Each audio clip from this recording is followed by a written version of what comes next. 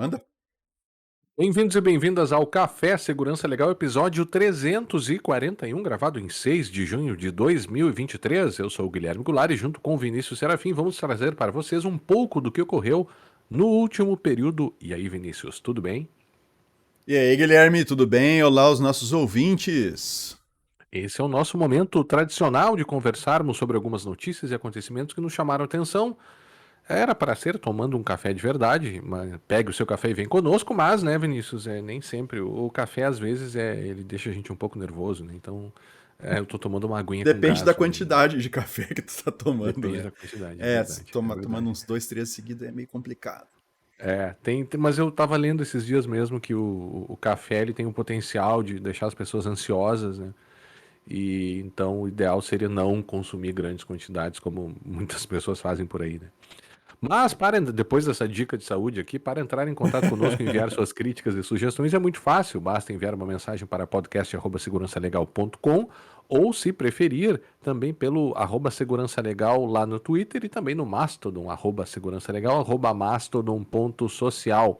Já pensou em apoiar o projeto Segurança Legal? Acesse o site picpay.me/segurança legal ou apoia.se/segurança legal. Escolha uma das modalidades de apoio e entre os benefícios recebidos, você terá acesso ao nosso grupo exclusivo de apoiadores lá no Telegram, sempre muito movimentado, com a participação aí de vários apoiadores. Eventualmente algumas notícias aqui do café você fica sabendo lá e outras discussões aí, às vezes até discussões bem acaloradas sobre alguns temas aí de segurança, de proteção de dados e direito da tecnologia também. Começo eu, Vinícius? Pode ser, Guilherme. Vai lá, levanta a primeira É, aí. o- Hoje nós temos duas, eu trouxe duas aqui do ChatGPT, mas de inteligência artificial de uma maneira geral, né?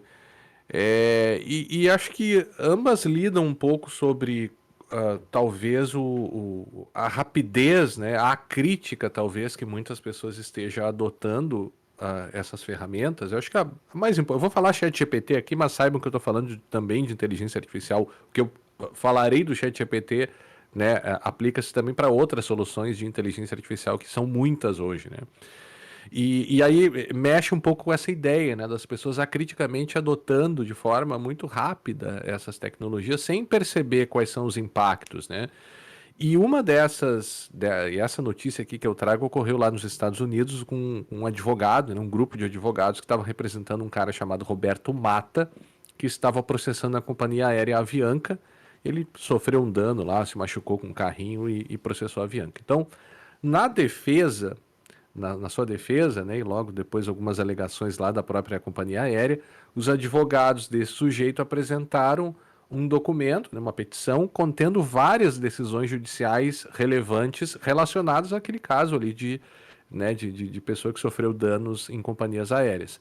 Só que, quando começaram a analisar essa petição, não conseguiam encontrar os precedentes, né?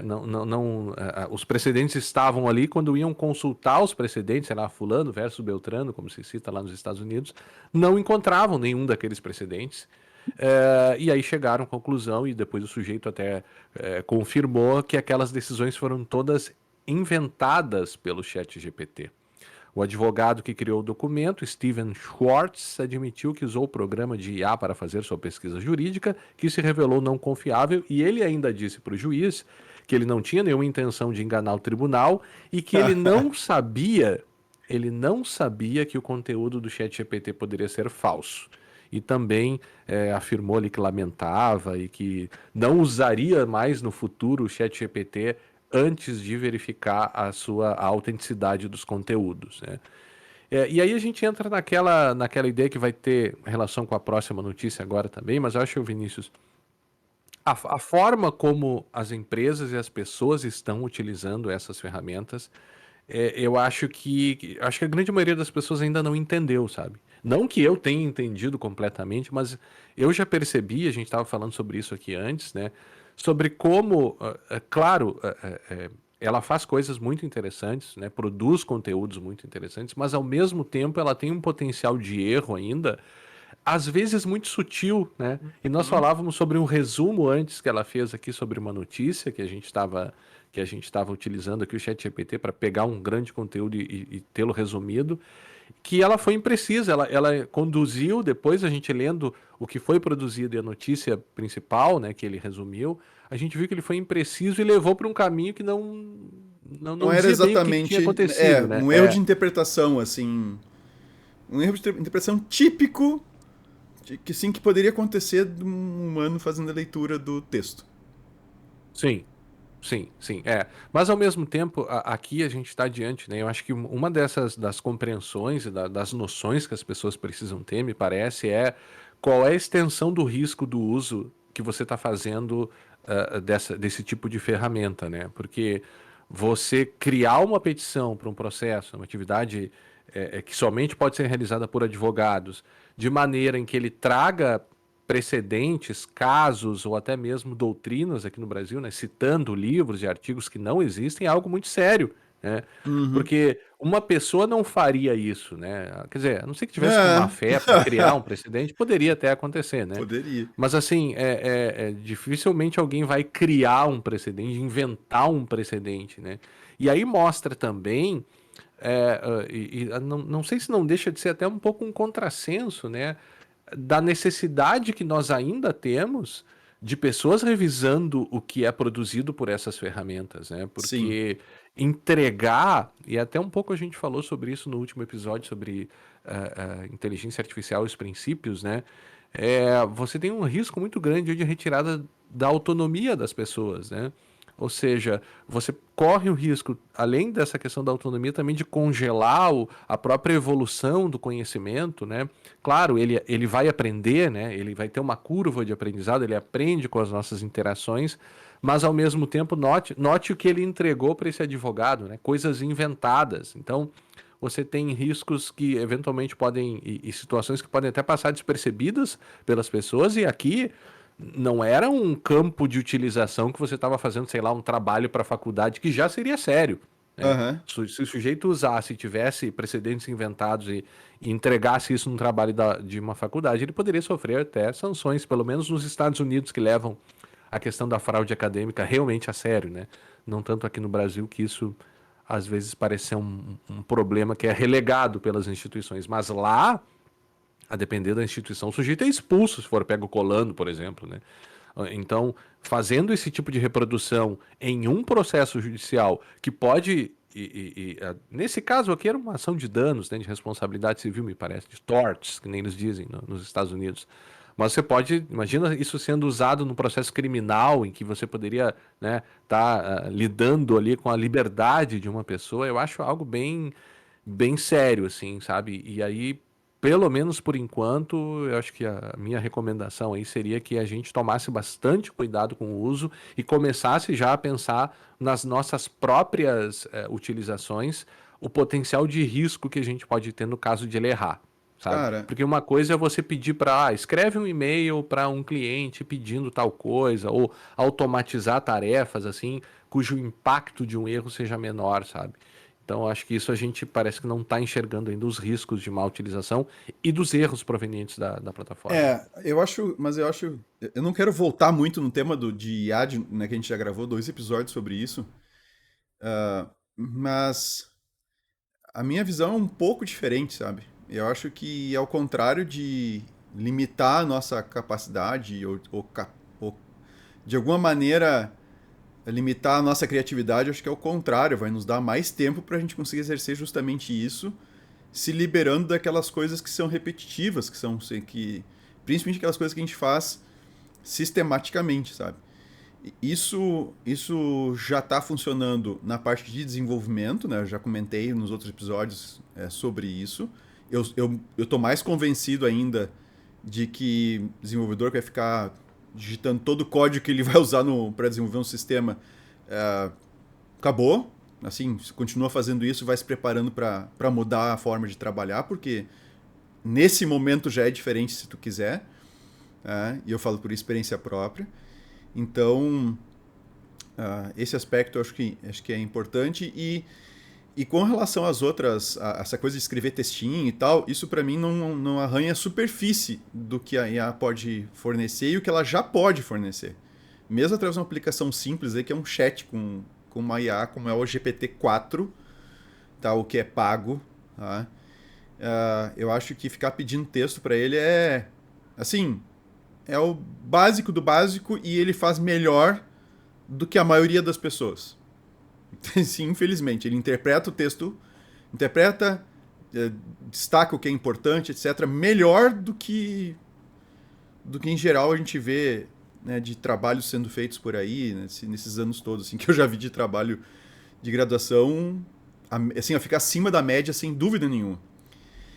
E aí tem outro aspecto que é essa questão de o que esperar da IA, né? Eu acho que eu Uhum. falei esses dias isso numa exposição que eu fiz para duas turmas de alunos, que é o seguinte: o mais importante do que assim, já é mais importante agora do que já era e era relegado a segundo escalão, digamos assim, é entender os conceitos e entender as abstrações envolvidas na área de conhecimento na qual tu quer atuar. Para que tu tenha condições de interagir com uma IA, dizer para ela o que tu conseguir te expressar, conseguir dizer o que tu quer que ela faça de uma forma adequada, ou seja, conseguir descrever um problema, conseguir descrever a ideia, né, colocar isso em português ou em inglês, não importa, mas de uma maneira clara. Então isso exige vocabulário, isso exige leitura para além das leituras técnicas das áreas. É. E aí ela vai poder ter mais tempo, ela vai ficar mais tempo estudando para entender essas coisas, para se desenvolver nesse sentido. E na hora que ela tem que escrever lá uma petição que seja, ou um outro documento qualquer, ela vai pegar ela vai descrever claramente o que ela quer. A IA, ela não está parada no tempo, claro, o GPT-4 está paradinho, né? Mas ele está se desenvolvendo à medida que a gente vai conversando com ele, mas a OpenAI ela pode avançar ainda mais ele se quiser. A IA mesmo pode treinar a IA. Tem coisas aí que pode ser bem interessantes nesse sentido. E, mas eu acho que essas coisas elas serão e já podem ser efetivamente feitas pela IA, só que ela tem que ser conduzida por alguém que entende o que está fazendo, por alguém que entende o resultado que quer obter. Se pegar a galera que faz faculdade para conseguir atingir nota, fica fazendo decoreba para passar em prova, né? E passa o semestre, não sei o que, e termina o semestre e ela não entende os conceitos que estão envolvidos na área dela, e na TI isso é um baita de um problema, porque o pessoal adora meter a mão na massa, mas não gosta das coisas mais conceituais, mais abstratas. Aí eu aprendo fazendo. Beleza, fica tranquilo, a IA também aprende e agora tu tá fora, entende? Porque a IA vai fazer. Então é importante que a gente saiba como dizer para alguém com que tem bastante. Para alguém que eu digo a IA, né? Para um recurso que tem um monte de informação, que é capaz de interpretar aquilo que a gente fala, que é capaz de acessar uma quantidade de informações assim absurdamente grande. É como se tu tivesse um orientando muito bom, tá ligado, Guilherme? Quando tem Uhum. assim, que, tipo, o cara é muito bom que tu tem que se puxar para conseguir, para não ficar, para ele não ficar parado, para que ele Uhum. tenha, porque ele tem conteúdo ali, e tu tem que direcionar ele para que a coisa consiga sair, para que ele consiga aproveitar aquele potencial todo. E eu vejo a IA nesse sentido.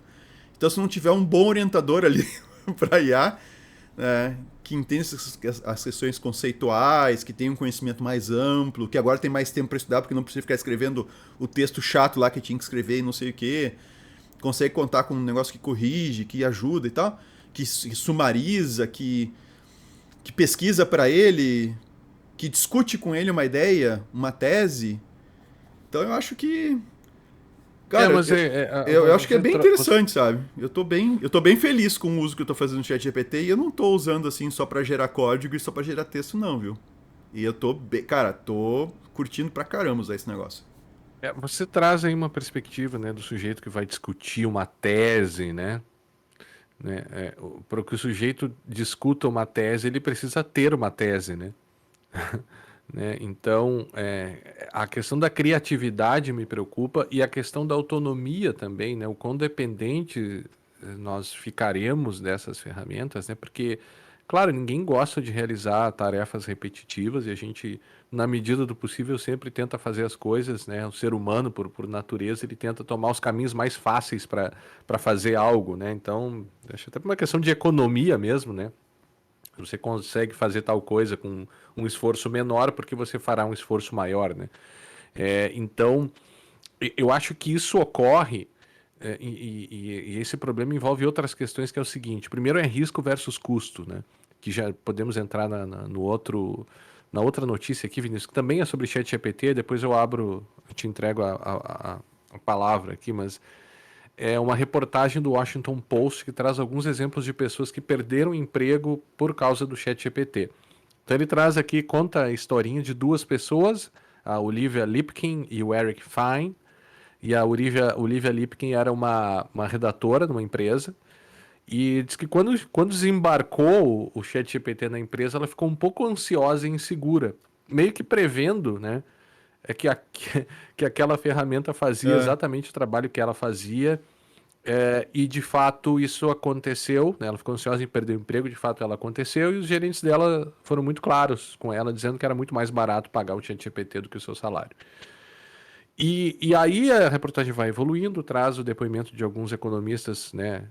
Afirma que economistas estão prevendo que a IA pode sim tomar centenas de milhões de empregos, que essa onda já começou, e essa primeira onda estaria atingindo profissionais que escrevem conteúdo, né? Então, pessoas que escrevem, por exemplo, marketing, né? Conteúdos de marketing, conteúdos para redes sociais, né?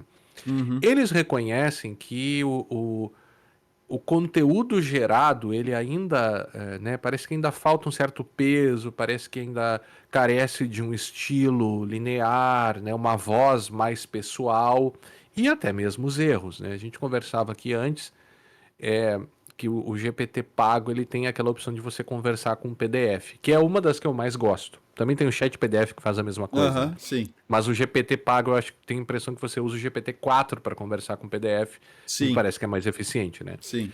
Então, eu tenho usado isso, eu acho que é uma das coisas que eu mais tenho usado, que mais tem me servido, né? Eu estava te contando antes aqui que eu precisei ler uma decisão esses dias que tinha 200 e poucas páginas, uma decisão em inglês ainda. Poxa, uma leitura difícil, 200 e poucas. É um livro, né? Vamos lá, é Uhum. um Um livro, né? livro. E usei no chat GPT com PDF e consegui retirar. Fiquei ali alguns minutos conversando, consegui retirar aquilo que me interessava mais, né? Claro, eu perdi em não ter lido toda a decisão, porque certamente eu perdi uma série de coisas que seriam importantes, mas como eu estava com pressa, precisava ter um geral daquilo, me serviu. Mas ao mesmo tempo, fazendo a mesma coisa com outro PDF, eu comecei a desconfiar que alguma coisa estava errada e aí fui começar a conferir as respostas, né? Tinha pedido uma sumarização das conclusões e aí ele disse: "Não, mas não tem conclusões nesse artigo". E aí, não, mas peraí. Fui lá nas conclusões, tinha 4 conclusões. Literalmente dito. São 4 as conclusões que eu tenho, sabe? Ou 4 recomendações, melhor dizendo. São 4 as recomendações. Então, eu não acho que ainda prescinda, né, dessa questão da supervisão, né? E aí é isso que eles tocam, né? Porque se você ainda não tem nessas áreas um conteúdo tão sólido quanto conteúdos produzidos pelas pessoas que estão no topo das suas carreiras, né?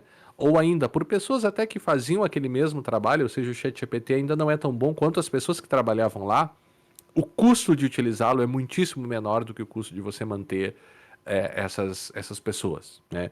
E a gente sabe, né? As empresas visam o lucro e se você pode substituir empregados por um custo, não todas eu digo, né? Mas você pega essas big techs, por exemplo, ou grandes empresas, elas vão olhar para o risco, vão olhar para o custo, qual o risco ou possíveis impactos de erro se eu utilizar essa ferramenta, o ganho que eu vou ter compensa esse risco, e essa conta que vão fazer acaba fazendo com que consigam virar a chave muito facilmente. Claro, tudo isso aliado a uma visão social do fenômeno da inteligência artificial também um pouco reduzida. Claro, não sei bem se as empresas teriam que suportar esse custo social, né, de não contratar essas ferramentas, mas é algo bem preocupante, né? O caso do Eric Fine que ele traz aqui ele tinha uma companhia que produzia conteúdos para lojas, para sites, conteúdos descritivos, né? Então, tu tinha lá o teu e-commerce e aí contratava a companhia dele para fazer descrição dos produtos vendidos lá. E a companhia dele tinha 10 anos e Ah, todos os clientes dele, depois do lançamento do ChatGPT, abandonaram, né? Encerraram ah. os contratos e eles disseram: olha, nós estamos encerrando o contrato porque o ChatGPT faz isso que você faz. Ele até tentou argumentar, enfim, mas ele viu a companhia dele, a empresa dele, acabar em 2 meses. E hoje ele se dedica a atividades manuais para sobreviver. Ele fez um curso de técnico em climatização, de ar-condicionado. Diz que vai fazer um curso de encanador. E a Olivia Lipkin trabalha hoje como dog walker, né? Não sei se traduz literalmente para passeadora de cães, cuidadora de cães, mas ela virou um dog walker, né? Que são atividades, né, que a inteligência artificial ainda não substituiu, né? E eu às vezes me pego pensando também, o que eu farei se a inteligência artificial tomar o meu emprego, né? Hum. Então, atividades físicas, assim, talvez, né, seja o que vai sobrar, restar para as pessoas fazerem no mundo, né? É, ou com que envolva uma grande, assim, uma necessidade de reflexão e de raciocínio bastante profundo, assim, que aí sim, quem sabe. Mas aí tem uma outra notícia, eu não vou falar sobre ela, só vou mencionar, deixar no show notes, depois tu tem que ler isso aqui, cara, porque é muito Ah, interessante, é uma reflexão feita por um professor de uma universidade americana, que ele fala que o The New Long COVID is College Without Classes. E basicamente ele traz, né, ele hum, resume algumas preocupações que ele tem, que são muito parecidas com as que a gente tem aqui. Ou seja, alunos depois da Covid voltando para a aula com menos interesse, com menos disponibilidade, querendo chegar direto ao ponto, não querendo fazer atividades mais reflexivas, né? Ele dá aula de cinema, os caras não querem ver os filmes. Imagina, o cara tá estudando cinema e não quer ver os filmes, sabe? E ele fala um pouco sobre essa coisa do efeito TikTok também, né? Ou seja, as pessoas não têm mais paciência para atividades de longa reflexão, de se deter por longos períodos de tempo, né? Para fazer uma atividade. Veja, por que eu digo isso aqui? Por que eu trago essa notícia aqui? Porque isso vem na cauda da IA, né? São duas coisas aparentemente desconectadas, mas que estão acontecendo ao mesmo tempo e que podem ser muito complicadas assim para a produção do conhecimento e para a própria formação das pessoas. As pessoas não querem mais estudar. Na verdade, esse é ou a grande maioria, né? Ele chega a dizer aqui que, sei lá, 50% dos alunos dele não leem os textos para discussão, né? Então, é bem interessante, eu vou deixar no show notes ali, porque acho que são dois fenômenos que aparentemente né, se parecem estar desconectados, acho que não estão, né? Acho que são coisas aí que vão mexer muito, e eu acho que em curtíssimo prazo, na forma das pessoas aprenderem e também na destinação de como essas pessoas vão trabalhar, vão sobreviver, e o que vai ser né, da nossa produção intelectual nos próximos anos aí. Foi é, meio, cara. meio, meio Meu Deus do down céu, essas é, notícias não, aí, não mas foi da, não, não sei, é que eu vejo a coisa com os olhos um pouco mais de otimismo, assim. Mas de novo, eu Por acho, isso que é né? bom ter duas pessoas conversando, né? Porque daí. Não, mas é Porque, verdade, né? porque Né, pega o outro ali nesse a sentido. gente vai tomar um baque aí, né, a gente vai tomar um baque, vai ter muita coisa que vai ter que ser revista, muita discussão ainda. Acho que a discussão tá muito pobre ainda, tá muito no fazer trabalho da escola, fazer trabalho da faculdade, sabe? Uhum, Essa concordo. discussão tá muito pobre, tá muito superficial. E em seguida vai passar o hype aí das notícias, sabe? Aham. Da mídia, assim, do mainstream aí que. Ah, não, uma carta assinada pelos perigos da IA, como se fosse uma coisa assim que vai matar todo mundo, sabe? Vai criar vírus, Não, vai matar todo disseram mundo. esses dias justamente o perigo da IA, a extinção pela IA, né? Então, mas enfim. Mas é algo assim que está sendo discutido, tá bom que a coisa está muito mais perto, talvez, do que a gente imagine, não é uma coisa assim tanto. para adiante, a questão da superinteligência, né, da inteligência da IA super-humana. Mas assim, ó, esse hype pro público em geral, isso vai dar e vai dar uns picos, assim, de vez em quando, com a IA fazendo alguma coisa engraçadinha que tu consiga mostrar de alguma maneira, assim, que tu consiga visualmente interagir, mostrar e tal, aí vai vir pra TV de novo. Do contrário, esse negócio já tá silenciosamente aí entrando nas mais diversas profissões, aí o pessoal tá utilizando. Eu tô vendo gente utilizar isso para criar nomes de campanha. Na área do marketing, nem que tu citou o exemplo da notícia, né? Uhum. O pessoal tá usando direto. Para texto a galera tá usando direto. Para programar quem não tá usando deveria estar usando, porque se funciona para texto, você tem que ver como quem não sabe tem que ver como funciona bem para desenvolver. E assim, para usar no lugar do Google é fantástico, maravilhoso. Assim, eu quase não uso mais o Google. Eu tenho o GPT-4 aberto o tempo todo, a não Mas o ser que seja. 4 com o Bing, né? Sim, e com um plugin lá para Ah, navegar na tá. internet. Tá. Mas Não, aí assim, sim. coisas que são mais conceituais, nem precisa do Bing, não precisa acessar a internet. Tá? Coisas que são mais conceituais, assim, envolvendo programação. Assim, tem vários, os problemas se repetem muito, tem muita forma de resolver interessante, tem muito conhecimento já mastigado ali, vamos dizer assim, pela IA Você que sabe que é bem interessante. a minha experiência não é tão boa assim. No direito eu já peguei ele fazendo coisas muito erradas, muito horríveis, e se eu não tivesse, né, um conhecimento ali na área, eu me deixaria levar como acontece com a internet também, vamos lá, né? Pesquisar na internet também envolve isso. Mas eu acho que talvez aí seja uma diferença até nas áreas, né? Talvez ele se saia melhor nas exatas do que nas humanas, né? Porque programar ele tem Uhum. um encadeamento lógico ali, talvez mais fácil de reproduzir, não sei. Eu digo bem talvez porque eu realmente não sei, né? Do que você ter, por exemplo, questões mais, pensamentos mais não tão concretos, mais abstratos, né? Essa necessidade de abstrair, talvez, para fora daquele encadeamento lógico de um código de programação. Talvez ele não faça tão bem, mas eu posso estar falando uma grande bobagem aqui, Não, mas Vinícius. são experiências, né? A gente tá experienciando, vendo como é que a Trocando, coisa né? funciona. É. Vamos, Levanta um pu- vamos puxar pouco a uma aí? moral aí Mas do. eu tô feliz, cara. Tu que tá Tá triste com esse triste. negócio. Os caras estão ficando Eu tô feliz tristes, da né? vida, cara. O tempo que eu tô ganhando com essa coisa aí. Meu Deus do céu, cara. Assim, Muito bem. eu Ah, tô bem a feliz. Alexa podia ter um pluginzinho lá para colocar um chat GPT na Alexa. Eu não Pelo consigo mais usar a amor Alexa, de cara. Deus, não dá, cara. Não dá, não dá, não dá, Tu não acha dá. que não? Não, não dá pra usar do jeito que tá. Não- É muito Sim, limitado, atualmente, Alex. né? A gente se acostumou muito mal, né? O Bezos podia ter conversar lá com o pessoal da OpenAI e botar o... Uma Alexa realmente inteligente, né? Plugar com, com o ChatGPT ali, com o GPT, não com o ChatGPT, que é uma aplicação, mas Sim. com o GPT-4, que é o modelo. E aí, né? Bom, mas eu vou aproveitar já que a gente estava falando disso, né? Tem uma das notícias que eu levantei aqui, e é bem, dá pra chamar atenção, bem vinculada ao GPT também. Quando Uhum. saiu o ChatGPT, o pessoal começou a galera assim, extensão para usar o ChatGPT no navegador, extensão para não sei o Aham. quê.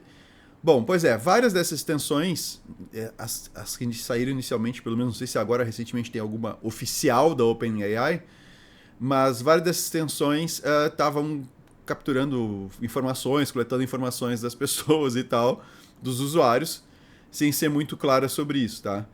E a mesma coisa aconteceu com algumas aplicações. Começaram a sair alguns apps com o nome ChatGPT e que Uhum. não eram oficiais, agora recentemente saiu oficial para iOS, que não eram oficiais e que os caras colocaram nas lojas, o pessoal começou a baixar e aí de novo coleta de informação, né, indevida e tal. Bom, e a notícia que eu trago aqui, tá? É essencialmente a seguinte, tá? Extensões para Google, para o Chrome, tá? E para o Android, ah, que estão nas lojas, tá? Estavam com vários problemas relacionados a coleta de informações sem que os usuários tivessem, vamos dizer assim, Cientes. completamente cientes do que a aplicação fazia, tá? Então, só para pegar um item aqui, tá?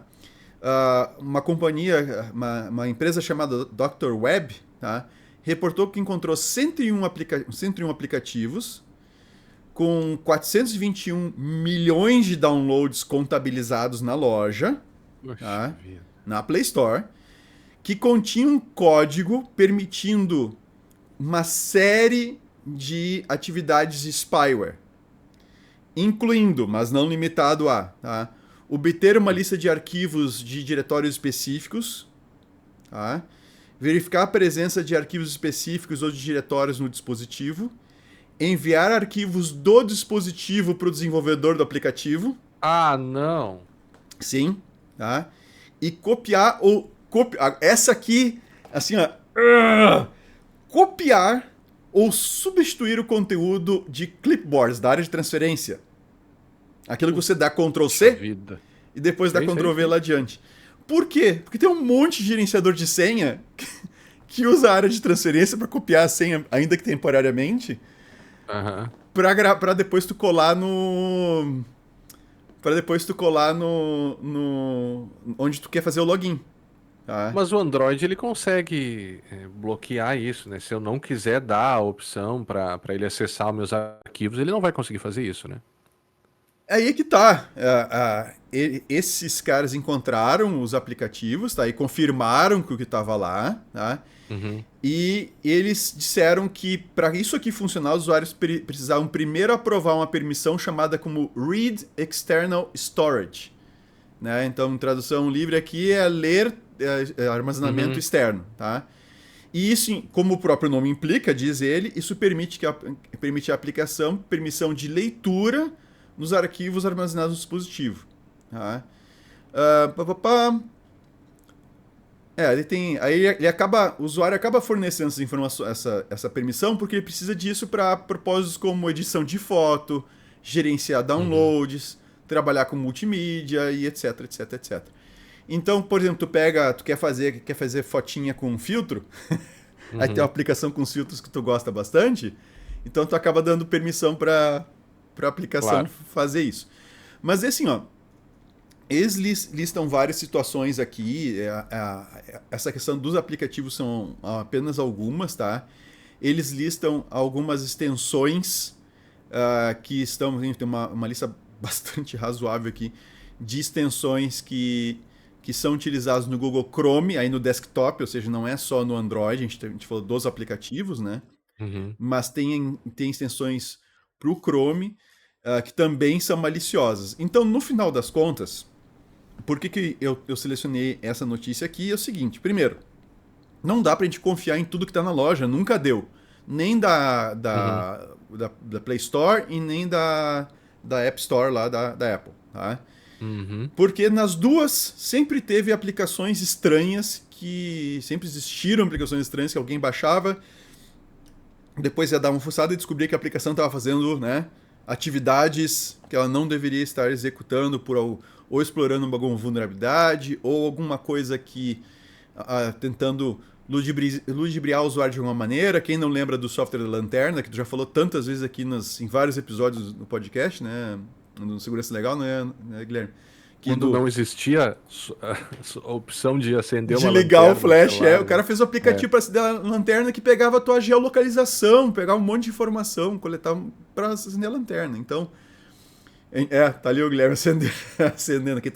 Quem tá vendo no YouTube tá vendo aí o Guilherme acender a Acabou de luz ver ali. eu acendendo uma lanterna do A celular. lanterna no Essas celular. vantagens do, né? E aí, mas enfim, Então, assim, a gente tem que tomar bastante cuidado quando instala uma coisa dessa no celular, ainda mais que a gente tem conta bancária, tudo no celular e tudo mais, e em navegador, que a gente acaba utilizando menos para essas coisas, mas usa muito para compra, embora as lojas sempre deem descontos se tu comprar no celular, né? Por que será? Uhum. E. É mesmo. Tem a mesma loja, o mesmo login, na mesma rede, mas se tu vier do celular, tem desconto. Mais Por fácil de que vender. será, Por né? que será? Por que será? Então, há que se ter cuidado mais do que nunca sobre essa questão dos aplicativos e aplicações que a gente escolhe utilizar. E aqui no caso, extensões. E nós gravamos um episódio, Guilherme, dá uma procurada por gentileza aí, que eu já vou engatar outra aqui na Claro. sequência, que é aquele o que é um comportamento seguro na internet, lembra? Foi lá, eu acho que tá entre os 100 primeiros, se eu não estou enganado. Será que ainda é Ó, aplicável ao caso? eu acho que é, cara. Eu acho que é. Só mudou um pouco as aplicações e tal, mas os cuidados do que tu vai instalar, do que tu vai usar. Comportamento seguro? É. Por Tem pura. dois, que é Vamos o ver. Comportamento Seguro na Internet, episódio 26, e o Opa! 27, logo depois, Comportamento Seguro e Privacidade. E, Vinícius, se tu me permite, Claro. seria justamente o Comportamento Seguro e Privacidade, seria o episódio dos nossos 10 anos. Tá brincando. O 10 anos 10 anos de segurança legal seria um desses dois. Se tu quiser, eu coloco um deles aqui, depois no Ah, final ali. coloca lá seu. Eu vou Qualquer um dos botar dois. o. Tá. Mas eu vou botar o link pros dois, aí eu pego um dos Coloca o dois link ali pros dois, pra esse. colocar no final. Vê o que tá com som menos pior. Mas sempre lembrando que mas sempre lembrando que há 10 anos, né, ele tem mais uma perspectiva histórica, né? Porque 10 anos na nossa área, nossa, é um século, né, Mas de evolução. mas as questões conceituais que nós discutimos naquele episódio do que é o comportamento seguro, estas permanecem. Estas permanecem. Isso eu É, lembro, eu lembro que eu disse nesse episódio, eu não porque tô eu, lembrado. porque eu falava isso, eu dava palestra com esse tema e falava bastante sobre isso. Uhum. Mas enfim, bom, então cuidado com extensões no seu navegador, que hoje em dia você abre o navegador e faz tudo nele, né? Cuidado com aplicativos no seu celular. Instale apenas aquilo que você realmente precisa, tá? E isso vale para os programas no seu computador também, tá? Não pirateie, não fique usando crack. Crack no computador, não estou falando da droga crack. Uhum. Não use crack também, mas Também não use crack. também não use crack, mas não use crack nos seus softwares para liberar uso, etc. Mas aí tem que comprar. Bom, pelo menos não faz isso na máquina que tu acessa a loja, acessa banco e põe cartão de crédito, etc, tá? Senão é game over. Aí não tem nada que possa te proteger. Bom, uma outra notícia, Guilherme, que, que tem que tomar cuidado aí justamente na leitura, porque se ler só a primeira parte da manchete pode ficar estranho, é que se encontrou um problema de segurança numa implementação do OAuth, tá? O OAuth, ele é um protocolo, seja, não é uma aplicação, ele é um protocolo de autenticação que permite que a gente faça aquelas autenticações cruzadas, tá ligado? Por exemplo, Uhum. eu vou ter um sistema, eu vou autenticar, eu quero autenticar o usuário, eu não quero ter a minha base própria de usuários, até posso querer ter, mas eu também aceito, eu integro o meu sistema com o Google, eu integro com o Facebook, eu integro com o GitHub. Então, já que o usuário já tem uma conta lá e já tem lá as credenciais dele, já gerencia por lá, eu posso permitir que ele faça um login na minha aplicação, usando por intermediário para nos apresentar, ou seja, tem a minha aplicação e tem o usuário que está se apresentando para a minha aplicação, tem um terceiro confiável aqui, que seria, por exemplo, o GitHub, tá? Ou o Facebook. Então, a gente usa esse terceiro para fazer a autenticação, tá? Acontece que o OAuth não é assim um protocolo assim muito simples. Não é nada também de outro mundo, tá? Mas é Uhum. algo que tem que ser feito como é um protocolo de autenticação, envolve várias partes, ele tem que ser implementado com certos cuidados para que não se insira fragilidades nele, tá? Inclusive tem uma forma de usar o OAuth, que é se não estou enganado, agora esqueci o termo, mas ele tem uma autenticação implícita lá que é furada, tá? Assim, tipo, é um negócio que não dá para fazer, e volta e meia eu vejo o pessoal utilizando isso em aplicação web, em aplicações web, que é o seguinte: o que tu faz para autenticar um usuário? O usuário diz que quer acessar a tua aplicação. E aí tu diz, ok, tu quer me acessar, me dá aí o teu, me diz, se autentica com alguém que eu conheço, autentica aí com o GitHub. E ele, tá bom. Então, a aplicação onde o usuário quer entrar vai dar para o usuário uma página lá, vai redirecionar ele para o GitHub, inclusive já passando um callbackzinho lá para quando ele entrar no GitHub, ele vai estar no site do GitHub, não vai aparecer o site da aplicação nem nada parecido, vai ser o do GitHub mesmo. Ele vai se autenticar lá e vai dizer, olha, a aplicação tal tá pedindo permissões para acessar a tua conta e saber teu nome, teu e-mail e coisas parecidas. Tu autoriza? Ele diz sim.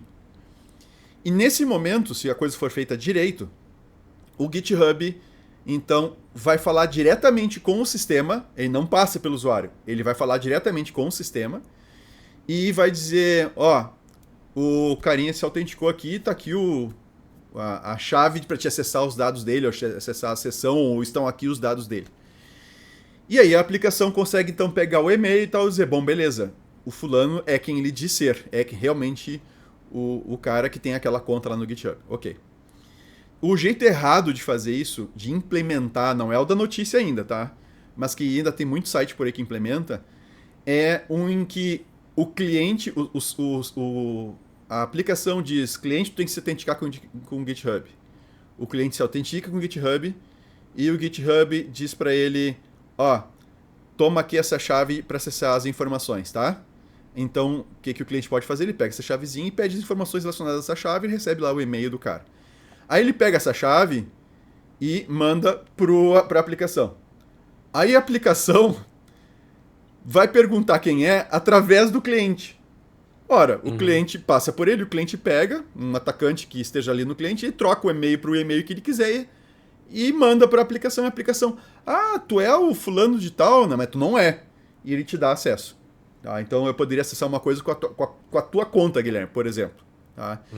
Mas isso é uma maneira errada de usar o OAuth. Não é um problema, não é a vulnerabilidade do OAuth em si. Bom, a maneira correta, que é a primeira que eu expliquei, é a que deve ser implementada, é o que deve ser utilizada. Acontece que tem o expo.dev, depois que está lá o link para quem quiser acessar depois, que é um framework lá que oferece várias coisas já prontas, empacotadas para te desenvolver aplicações online. Tá? Aplicações para iOS, para web, para Android, etc. Tá? E esses caras, eles tinham um componente para autenticação usando o OAuth, que eu não sei por que cargas d'água, isso eles não dizem em lugar nenhum onde a gente leu aqui a notícia. Não sei por que cargas d'água, eles resolveram inventar moda e eles estavam passando esse componente que eles tinham lá, recebia as credenciais e esse componente estava falando lá com um site para fazer a autenticação. O que não deve ser feito. Tá? Desde sempre. Tá? E aí o que aconteceu? Alguém descobriu uma falha nesse componente do Expo, que implementa, nessa biblioteca do Expo, que implementa o OAuth para aplicações desenvolvidas com base no Expo. E essa falha permitia então que o atacante fizesse com que esse componente mandasse, ele teria que interceptar o tráfego de dados, tá?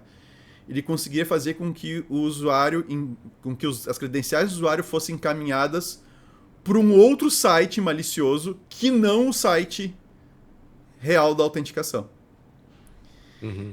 E aí qual é o problema disso? Como esse framework é utilizado por milhões de aplicações para telefone, para smartphone, né, para desktop e para aplicações web, e essas aplicações, e o objetivo desse componente é justamente permitir que o usuário se logue com a conta do Face, com a conta do Google, com a conta do GitHub, etc.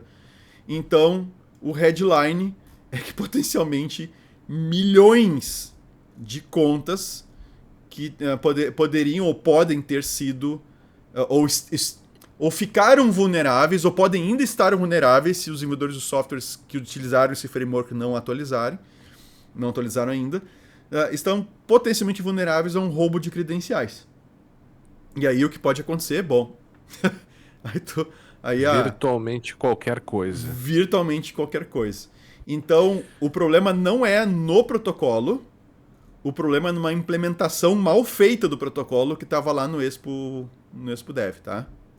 Aí tem lá para quem usou e não tá sabendo ainda, se quer estar na internet vai descobrir logo logo, rapidinho as coisas, mas a gente tem lá os links para inclusive para o blog da Expo lá, onde eles explicam o que vocês devem usar no lugar do componente que se foi. Boa. Deixa eu só comentar aqui, Vinícius, que se você nos escuta e se preocupa com esse tipo de problema, você precisa saber que a Brown Pipe, né, que é a promotora desse podcast aqui, né, desde o seu início, ela presta serviços que eventualmente poderiam, né, ajudá-lo a descobrir esse tipo de problema, né, seja por meio da realização de pentestes, seja por meio de análise de riscos e auditorias, né, seja por meio de modelagem de ameaças, né, as empresas às vezes acreditam e acham que não precisam de um apoio externo e tal, mas um olhar externo para o trabalho, para o seu trabalho, nesse tipo de trabalho, hoje em dia, ele ainda é fundamental. E veja, mesmo com o ChatGPT, né, Vinícius? Tem uma série de outras coisas que envolvem a implementação de sistemas aí que, mesmo com inteligência artificial, ainda precisam de uma visão humana. E aí, se você, né, quiser saber mais e quiser utilizar o serviço de profissionais aí com larga experiência no mercado e também na academia, você pode acessar lá o site brownpipe.com.br ou brpe.com.br também, né, Vinícius? Está Não, funcionando não, assim. não. Não sei, Não, não sei, não sei. O apelido, se a gente ainda tá usando o o apelido, não. apelido tem, claro que tá, sim, Tá ainda? Te claro, confesso que eu nem lembro mais, cara. tá. Tá lá? brpe.com.br, Tá lá o apelido, exatamente. né? Não dá pra. Para não ter que Ah, digitar brownpipe.com.br, não é tem um apelidinho KBRP. para ficar mais fácil. E uma coisa interessante, né, Guilherme? Assim, é claro que a gente tem os nossos apoiadores que são fantásticos, assim, tem gente que tá há muito tempo já conosco. Não são muitos os nossos ouvintes que nos apoiam e a gente entende que há prioridades, né? Claro. De repente não apoia a gente, mas apoia um outro podcast ou coisa parecida.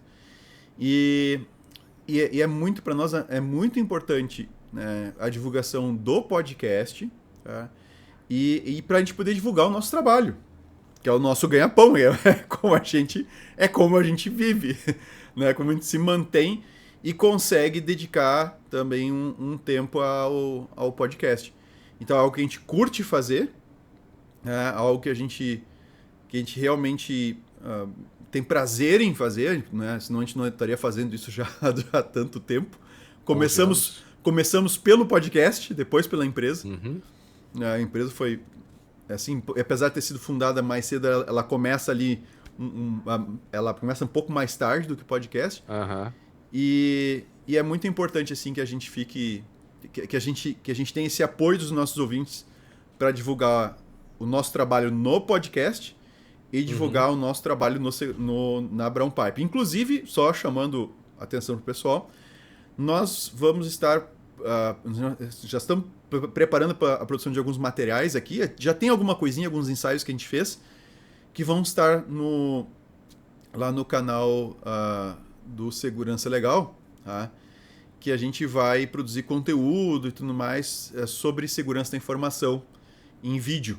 Tá? Então isso vai estar aberto lá, pelo menos a nossa planejamento inicial. Então deve sair coisa nova aí, entre a semana e a próxima deve sair coisas novas. Aí depois a gente vai aumentando o ritmo à medida que a gente vai conseguindo se ajustar aqui. Beleza. Beleza? Mas também, se quiser apoiar, nós vamos gostar que você apoie também indo Por lá pelo favor. PicPay e pelo Apoia-se, né? Por favor. Sim. É, a minha última notícia aqui foi a treta recente do Netflix, né? Hum. O Netflix, né, para quem... acho que todo mundo sabe que isso é possível, muitas pessoas praticam, né? E até hoje não era uma prática estabelecida, até, eu diria, até incentivada pelo próprio Netflix. Eu lembro sempre de um tweet deles que eles incentivam o compartilhamento de senhas e tal, ou seja, muitas famílias fazem e dividem o custo, né, do Netflix. Só que o mercado também, o mercado dos streamings também tem mudado um pouco, né, Vinícius? Nos últimos tempos aí são muitas possibilidades, né, que você tem para assinar serviços de streaming.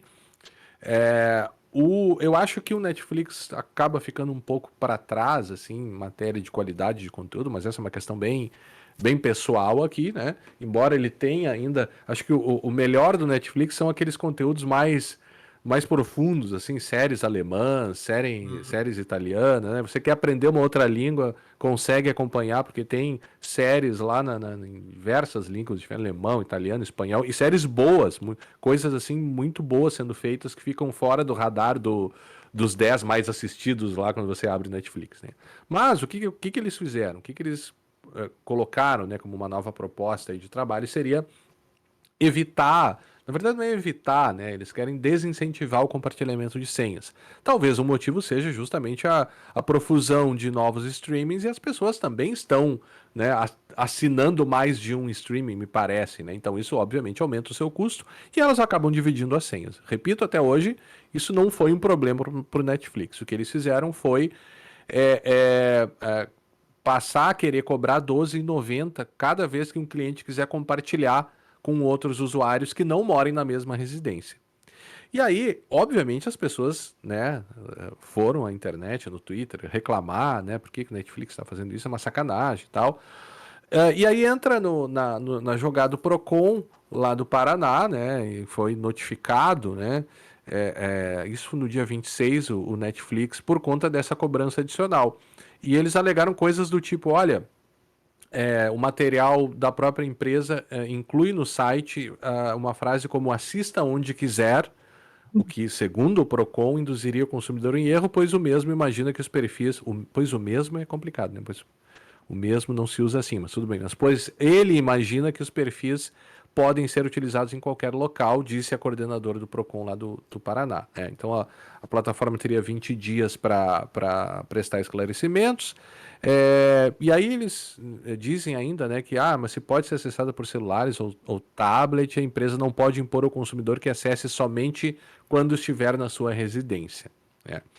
Pois bem, até agora tudo bem, né? Vamos imaginar que se até hoje eles não impediram e incentivavam isso, me parece que eles não podem alterar a situação dos clientes que já estejam usando essa modalidade de serviço. Acho que essa é uma questão aí do contrato que já foi entabulado entre as partes, né?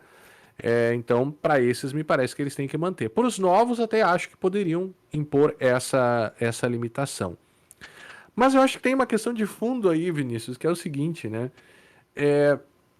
Ora, eu acho que a empresa pode sim, eu sei que isso vai soar, né, um pouco. As pessoas não vão gostar do que eu vou dizer, mas eu acho que a empresa pode sim impedir o compartilhamento de senhas. Eu acho que seria legítimo, claro, a partir para os novos clientes, eu acho que seria legítimo fazer isso, sobretudo se ela está sentindo que isso está afetando as suas finanças e se ela está achando. Não acho que é uma prática abusiva a empresa impedir que você compartilhe a sua senha, que deveria ser ali para uso de uma família ou para uso numa casa com outras pessoas, porque você estaria deixando de chamar aí 4 ou 5 novos clientes para a plataforma, quer você goste ou não, né? Não acho que é uma coisa de outro mundo como estão colocando também. Acho legítimo, olha, é para você utilizar uma conta pessoal, você não pode compartilhar, assim como ocorre com outros serviços também, né? Não sei se seria uma boa comparação, mas você não vai compartilhar o seu plano de saúde lá com outras pessoas, né? Dá a sua carteirinha do plano de saúde para que você se Sabe, passar pelo plano de saúde, sabe? Claro, a comparação acho que não é boa, Vinícius, mas, eu acho que mas assim, eu acho legítimo, me parece. é mais que uma boa comparação e a forma de funcionamento é interessante é o do Steam. Para quem não conhece o Steam, tá? É uma plataforma de venda de jogos e de distribuição de conteúdo de jogos, através da qual você pode comprar jogos para instalar no teu computador e tem até o No Steam. meu computador? É no teu computador. No Né? meu? No teu, no meu, no nosso. E aí, inclusive tem o Steam Play, se não estou enganado, não sei se é Steam Play.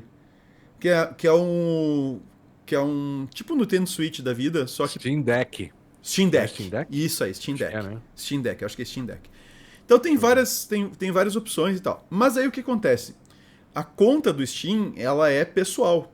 Ela é uma conta, ela pertence a ti. Tá? Se tu quiser, o que tu pode fazer? E eu tenho isso aqui, porque eu tenho na minha casa eu tenho 2 computadores aqui, um que eu uso pros meus jogos, pra me divertir, brincar. E aí tem a máquina que recebe todos recebe os upgrades daquilo que sobra da da minha máquina. Aham, Então, aham. meu filho não precisa saber disso. E aí. Daqui a uns 10 anos ele vai descobrindo. Não, ele vai descobrir antes. Ele já se deu conta de algumas coisas. Ele já tá namorando o meu mouse aqui, o meu teclado e tal. Ah, eu quero um Uhum. mouse que nem o teu, eu quero um teclado que nem o teu. E esse, não, por enquanto fica com esse aí mesmo. Mas enfim. Aí tem a conta do Steam dele, né? E tem jogos que eu tenho na minha conta e que a gente não joga junto. Que a gente não Uhum. joga ao mesmo tempo. Então eu empresto os meus jogos para ele. Uhum. Então, desde que eu não esteja com um jogo em execução na minha máquina usando o Steam, ele pode usar à vontade o jogo lá na máquina dele. Uhum. Tá? E eu posso compartilhar os jogos com quem eu quiser. Desde que essa pessoa tenha uma conta na Steam dela e eu libere esse compartilhamento na máquina naquela máquina daquela pessoa que ela vai jogar. E eu não esteja com um jogo meu, qualquer um, rodando. Se tiver com um jogo qualquer rodando, ele não pode executar os jogos que estão emprestados para ele. Então, assim, me parece uma maneira meio justa, sabe? Né? Aham. Tu quer que os dois assistam, que os dois joguem ao mesmo tempo? Bom, tem jogos que eu quero que a gente jogue ao mesmo tempo. Então eu tenho que comprar uma licença para ele, tenho que comprar o jogo para ele, tenho que comprar o jogo para minha conta. E aí a gente pode jogar. Pronto, são duas execuções, são dois softwares executando ao mesmo tempo. Tá? Então, agora emprestar pro cara não. Ah, de vez em quando eu uso. Cara, às vezes, serviço de stream, às vezes tu fica uma semana inteira sem mexer na droga do serviço que não tem tempo de Ah, assistir. muito Ou, mais. É, muito mais, não eu vê acho. uma coisa ali. Aqui em casa, muito mais, né? Sim, aí tu fica pagando o negócio e aí tu não pode emprestar pra um outro cara utilizar, sabe? Pra um amigo utilizar. Então, mas talvez tenha um modelo que tem que ser aperfeiçoado. O modelo do Steam É, eu é um gostei da modelo, tua é um ideia. modelo que eu curto, assim, sabe? Eu Eu gostei da gosto tua da maneira ideia. como a Steam faz. Mas eu não acho que exista um direito das pessoas oponível em qualquer caso de elas compartilharem as suas contas com outras pessoas. Eu reconheço que se a empresa não impede e não proíbe, você pode fazer. Mas eu também acredito que como é um serviço pago, né, eu acho que ela tem esse poder de dizer, olha, Cara, é um serviço que você não pode compartilhar com outras pessoas. mas Pode parecer, fala, pode falar. não, tu tá lembrado daquele Airbnb que a gente pegou um tempo atrás? Que tava Sim, cheio de conta logada no Netflix? aham, sim, De sim, pessoas lembro. que Lembro. passaram pelo mesmo lugar, pelo mesmo lugar? Tá? Então, assim, a Netflix, até por uma questão de segurança, ela Ah, poderia, sim, tem isso. ela poderia até controlar assim, os equipamentos onde tu ativa esse negócio, onde tu ativa a tua conta. E é exemplo de de outros sistemas, como o próprio Steam, tá? Tu pode ativar a tua conta num dispositivo, no outro, etc. E ela tem plenas condições de controlar logins simultâneos. Uhum, claro. Tá? Então, assim, por que não faz? Assim, se ela vê o cara tem uma conta para um único dispositivo, vamos supor, lá seu. Aí eles teriam que mudar um pouco no modelo de negócio deles também. Mas se ele vê execução simultânea em dois, por que não desloga o É, último?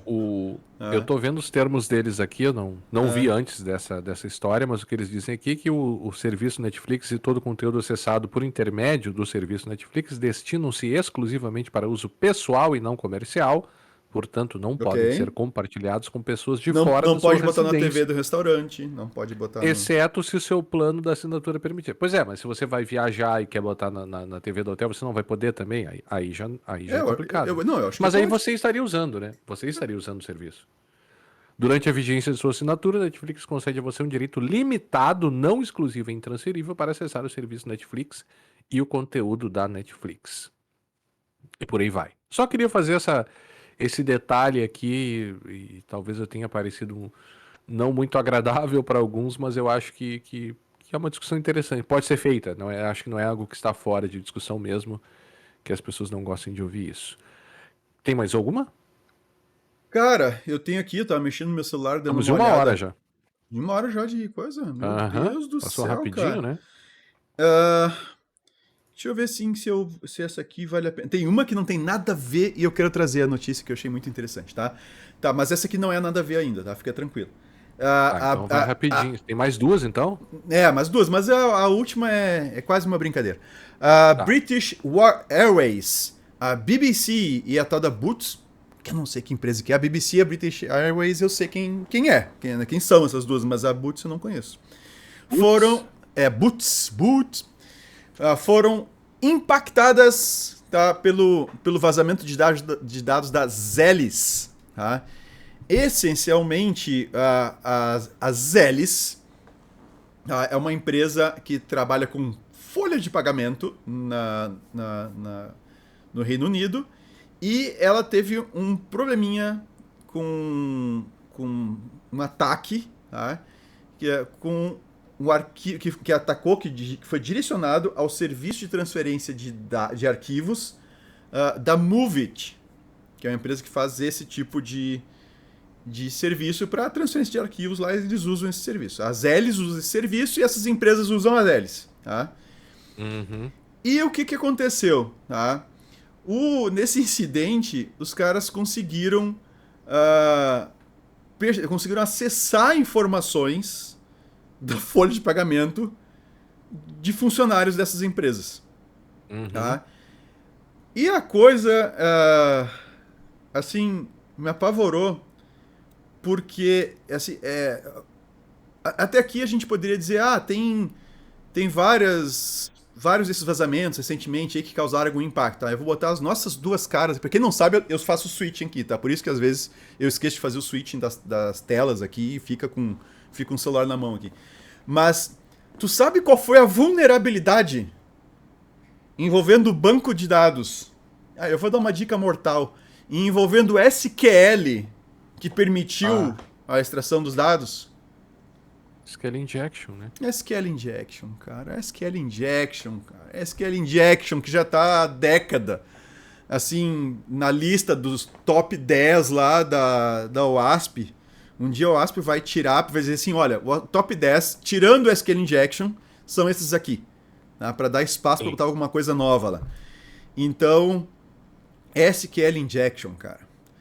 Então, uma empresa desse tamanho, que atende empresas desses tamanhos aqui, tá? Foi atingida por um problema. Então, a Zelis foi atingida por um problema relacionado à Movit, que é a empresa que faz transferência de arquivos, e o problema foi um SQL Injection. Aí, com aqui no Brasil, aqui no Brasil, teria impactos com o LGPD. A SQL Injection no sistema da Zelis, que permitiu acesso aos arquivos, a base de dados de transferência de arquivos da Movit. Uhum. Assim, parabéns, né, para a Zelis que conseguiu, em 2023, ter um vazamento desse tamanho por um SQL Injection. Tá? Eu até fui olhar para a data ali. Você não, 2023 eu olhei para ver se é 2023. E aí tem um detalhe interessante, tá? Quem tá desenvolvendo aí e utiliza qualquer tipo de biblioteca ou de framework para acessar banco de dados e tal, que coloca algum tipo de abstração, algum ORM da vida ou coisa parecida, tem coisas escritas lá, tá, nos manuais, dizendo assim, isso aqui é imune a SQL Injection. Tá? Aí te explica como fazer, tudo bonitinho e tal. Aí sempre tem para cobrir aquelas exceções, sempre tem aquela saída pela tangente. Olha, isso aqui tu pode fazer, mas tem que tomar cuidado, porque senão tu pode dar origem ao SQL Injection. Então, meu amigo, tem que ler o manual, tem que saber o que tá fazendo, aí ela vai ajudar com isso, tá? Não se preocupe. Ela vai ajudar bastante com isso.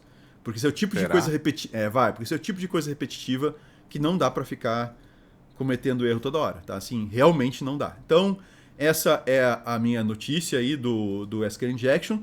Eu posso dar minha notícia literalmente maluca, que nada tem a ver com TI. Mas tem que ver. Ela está na linha editorial do podcast ou não? Não sei se tá, cara. Não sei se dá, mas eu achei muito interessante o que os caras fizeram.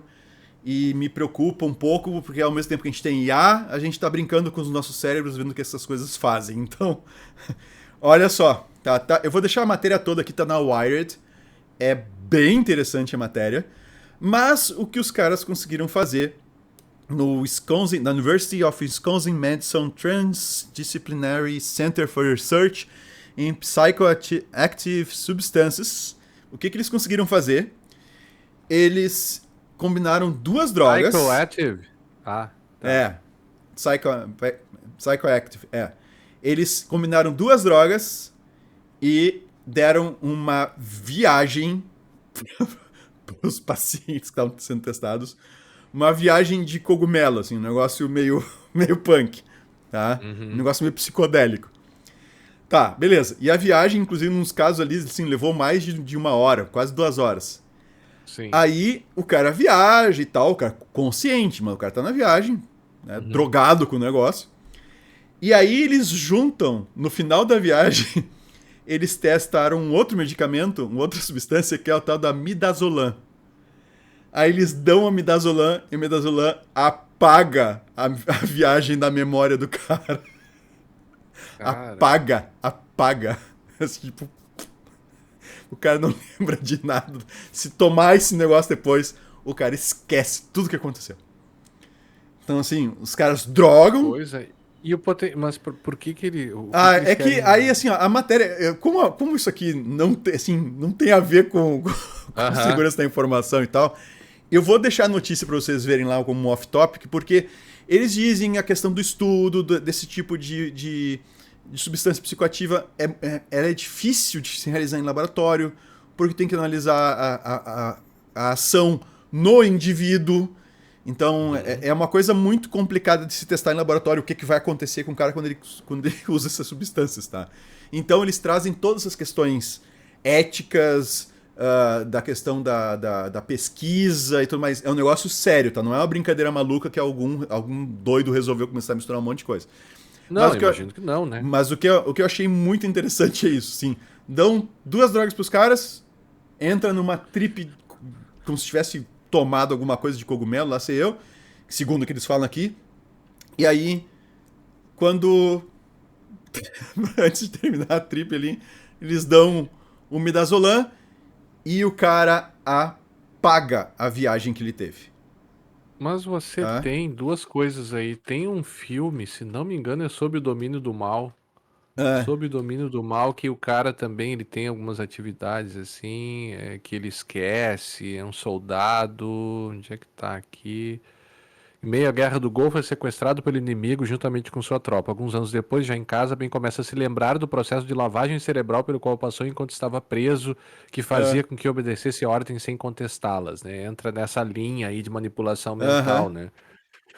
Agora, lembrei desse filme. Agora acho que tem até uma outra série lá na Apple, que é alguma coisa também que as pessoas saem do trabalho e se esquecem do que aconteceu no trabalho. Te ouviu falar dessa? Não, não tô sabendo dessa. Tem um streaming da Apple, né? Tem Série o Apple Apple, TV? Apple TV, né? Apple TV, sim. Eu Que, vou aliás, tem uma procurar série depois lá, aqui. cara. Tem uma série lá, já que nós estamos indicando coisas estranhas. Tem uma série lá que é For All Mankind, acho que é. Por toda a humanidade. Tá? Ou For All Ah, Humankind, lá sei eu. Mas é por toda a humanidade o texto, o título em português. E é muito legal. Pra quem gosta de.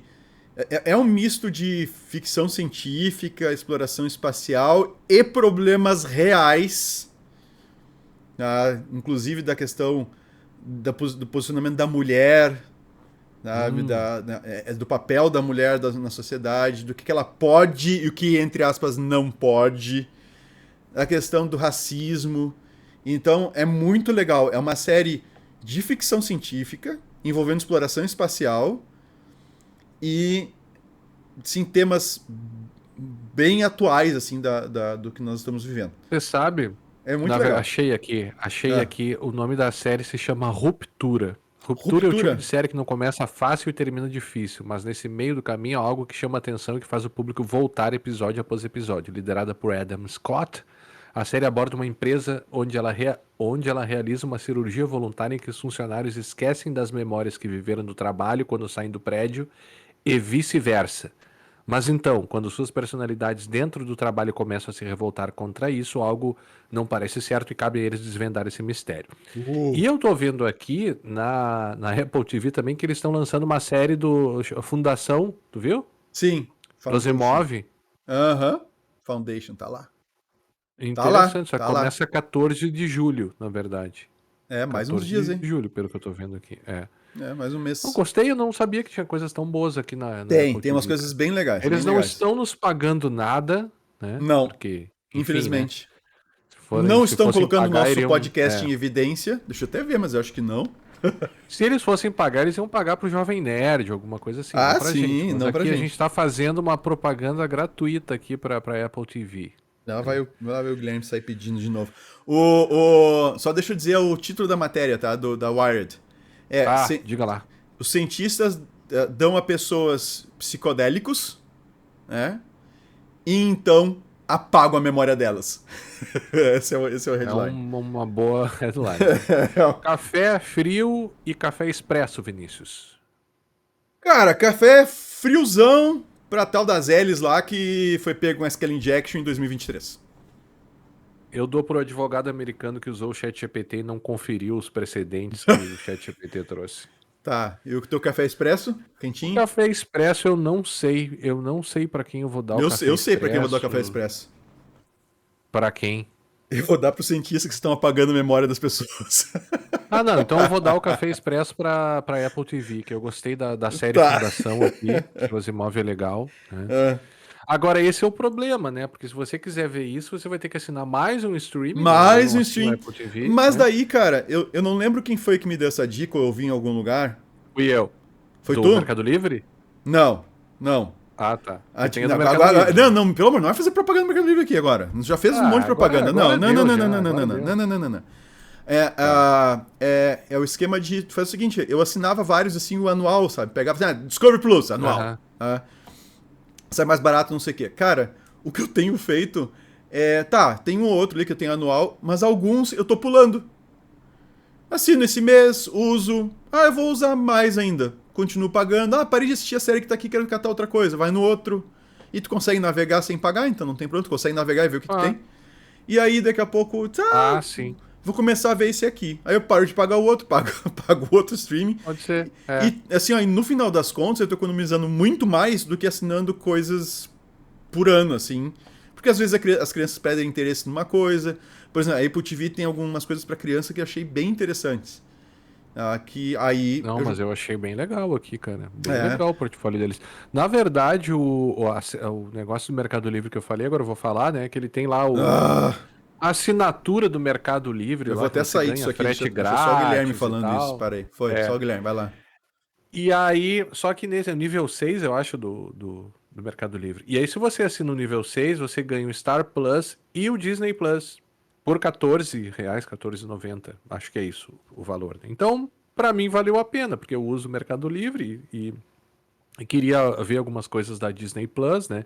Daí essa outra coisa também, elas começam a se fechar, né? Todo Star Wars, por exemplo, tá na Disney Plus, né? Então, e o Indiana Jones também só tá lá, né? O Marvel também só tá lá. Então, é uma coisa que também, claro, vão fazendo essas reservinhas de mercado para forçar as pessoas a, se quiserem assistir de forma lícita esses filmes, né? Tem que assinar, né? Perfeito. Mas enfim. Então é isso. Alguma coisa a mais, Vinícius? Não, Off-topic, que depois a gente dessa deu aí um turbilhão de off-topic. que a gente não ganha nada aí com o Mercado Livre, aí fazendo propaganda no Mercado Livre, cara. Se tivesse alguma coisa, não tem nada, os caras nem. Mas tudo bem. Nem sei se eu Tudo bem. gostaria de, né, Tá, patrocínio do Mercado Livre. depende do que patrocinar, não é bom. Bom, É.